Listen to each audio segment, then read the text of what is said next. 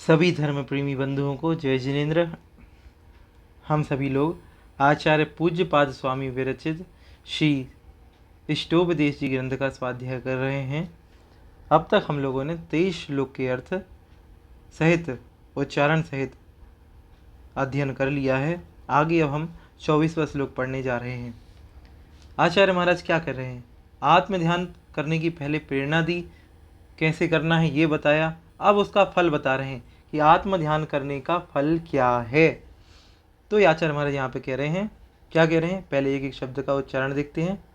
परीश, परीश, हाद्य, हाद्य, विज्ञाना, विज्ञाना, दास्रवस्य, दास्रवस्य, निरोधिनी, निरोधिनी, परीशहाद्य, विज्ञाना, दास्रवस्य, निरोधिनी, जायते, जायते, ध्यात्म, ध्यात्म, योगेन, कर्मणा, माशु, निर्जरा। आइए एक एक शब्द का उच्चारण हमने देखा, अब पूरे श्लोक का उच्चारण एक साथ करते हैं। परीशहाद्य, विज्ञाना, दाश्रवस्य, निरोधिनी, जायते ध्यात्म योगेन, कर्मणामाशु निर्जरा।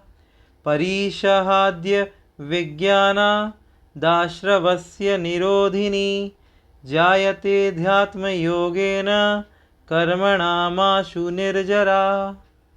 इस तरह से एक एक शब्द का उच्चारण हुआ। अब एक एक शब्द का अर्थ लगाते हैं। परीशहाद्य, विज्ञाना, परीशहाद्य अर्थात परीशहादि, परीश आदि, परीशः प्लस आदि प्लस विज्ञाना, विज्ञाना से निकलेगा अविज्ञानात्। इस तरह से यहाँ पे निकलेंगे तीन शब्द हैं। परिशय आदि विज्ञानात्, परिशय आदि के अविज्ञानात्। परिशय 22 प्रकार के परिशय होते हैं, उन 22 परिशय आदि का अविज्ञानात्, अविज्ञानात् मतलब अनुभव नहीं होता है, अनुभव नहीं होता, अविज्ञानात् अर्थात अनुभव नहीं होता है।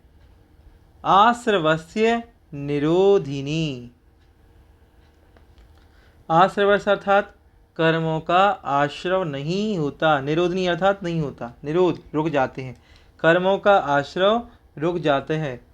परिचय आदि का अविज्ञानात् अर्थात अनुभव नहीं होता, और आश्रव का निरोध होता है, कर्मों का आना रुक जाता है।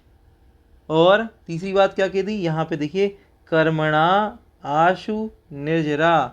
आशु, आशु शब्द को हम पहले भी पढ़ चुके हैं। आशु मतलब शीघ्र ही, कर्मणा अर्थात कर्मों की, आशु मतलब शीघ्र ही निर्जरा हो जाती है।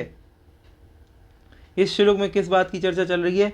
आत्म ध्यान का फल क्या है, आत्म ध्यान का फल क्या है, इस बात पर चर्चा कर रहे हैं। तो तीन बातें यहाँ पे बताई। पहला, परिशहादि अविज्ञानात्, परिशहादि का अनुभव नहीं होता। दूसरा, आश्रवस्य निरोधिनी, आश्रवस्य निरोध अर्थात कर्मों का आश्रव नहीं होता, कर्मों के आश्रव का निरोध हो जाता है, कर्मों के आश्रव रुक जाते हैं। और कर्मणाम आशु निर्जरा, और कर्म की शीघ्रता के साथ निर्जरा होने लगती है। किस चीज़ से ये सब किससे होता है? ये सब होता है जायते अर्थात होता है अध्यात्म योगेन, अध्यात्म योगेन अर्थात आत्मा में स्थिर होने पर, अपनी आत्मा का अनुभव करने पर, अपनी आत्मा का ध्यान करने पर। अध्यात्म योगेन मतलब अध्यात्म के योग से, आत्मा के चिंतन से। आत्मा के चिंतन में जब आप बैठोगे तो 22 प्रकार के जो परिचय हैं, परिचय आदि अविज्ञानात्, 22 प्रकार के परिचयों का अनुभव नहीं होता। ठीक, ये यहाँ पे आचार्य महाराज कह रहे हैं। अब भावार्थ समझिए, कहना क्या चाहते हैं आचार्य महाराज? आचार्य महाराज कह रहे हैं कि जब ये संसारी आत्मा अपनी आत्मा के ध्यान में बैठती है, अपनी आत्मा का चिंतन करती है। जब यह जीव अपनी आत्मा का चिंतन करता है उस समय इस जीव को 22 प्रकार के परिचयों का अनुभव नहीं होता। 22 प्रकार के परिचय क्या होते हैं? 22 प्रकार के परिचय आचार्य उमा स्वामी महाराज ने तत्वार्थ सूत्र जी में बहुत अच्छे तरीके से बताए हैं। सर्दी, गर्मी, भूख, दंश मशक, नग्नता आदि ये 22 प्रकार के परिचय हैं।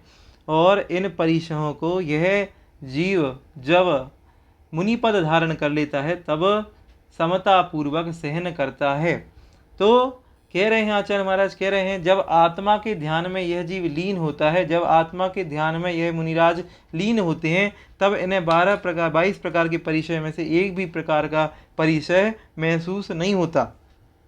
आत्मा के ध्यान में बैठे हैं, भूख नहीं लग रही, प्यास नहीं लग रही, चिंता नहीं है कि आहार अच्छे से होगा कि नहीं होगा, चलने की कोई चिंता नहीं, आसन की कोई चिंता नहीं, अपनी आत्मा के ध्यान में डूबे हुए हैं।